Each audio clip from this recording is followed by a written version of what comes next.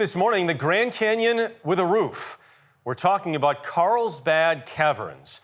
100 years ago, Carlsbad was named a national monument. 7 years later, it became a national park. Ever since, the crowds have kept growing, both to see the underground wonders we know about and explore the ones we don't.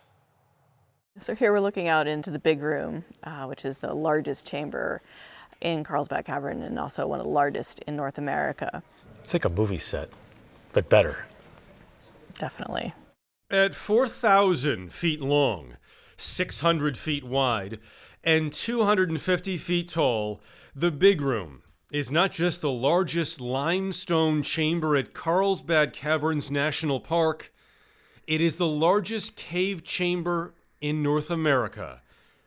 Down here, 750 feet deep, as the sun scorches the surface above, it's a chill 56 degrees. Caves are an amazing climate record. You can actually look at some aspects of speleothems, and they have recorded layer by layer, year by year. Speleo what? I'm sorry. Speleothem is kind of like the generic scientific name for a cave formation. So stalactites, stalagmites, flowstone, halactites. I learned something new today. Thank you. Speleothem. Yes. Great.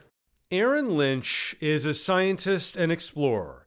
She spent decades looking at cave systems around the world. Now her focus is on Carlsbad, a place that over the past century has been visited by tens of millions of tourists. But it's still a natural wonder we know less about than the surface of the moon. The moon, you're able to use remote sensing. You can have satellites fly around the moon and take photographs, take measurements, whereas deep within the Earth, the only way you can really find out what's there is by going there. You've been in places in these caves that no one has been before. Do you think about that as you're entering these places? Anytime a person goes into the cave, you're impacting that cave environment, and so I have to choose like where I'm going to make that impact. New underground treasures are uncovered every year. So far, in addition to the main Carlsbad cave, we know about at least 118 other caves hidden beneath 73 square miles of surface parkland. The reason the mystery of these caves runs so deep goes back to how they were born millions of years ago.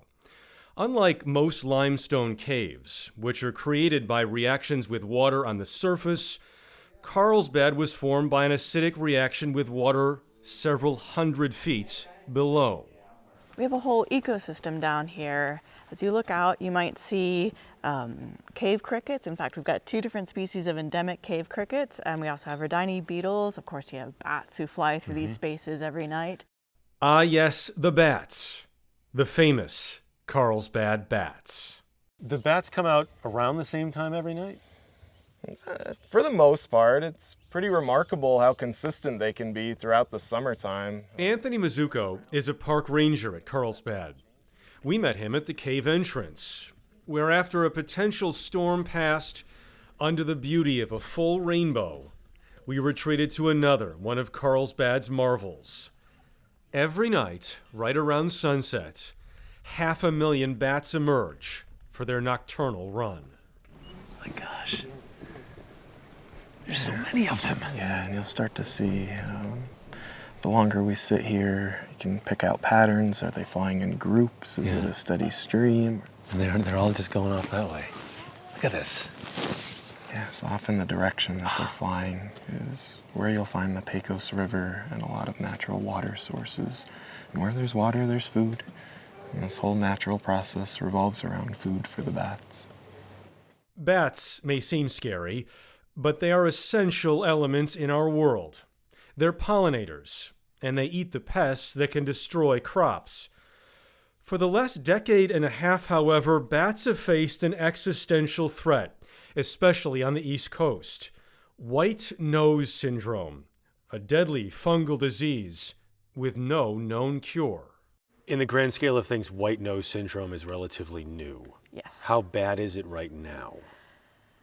I've heard people say that white nose syndrome is the greatest mammal disaster of our lifetimes.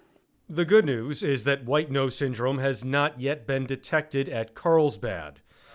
But the work here to keep it that way, and to keep understanding this subterranean city, never ends.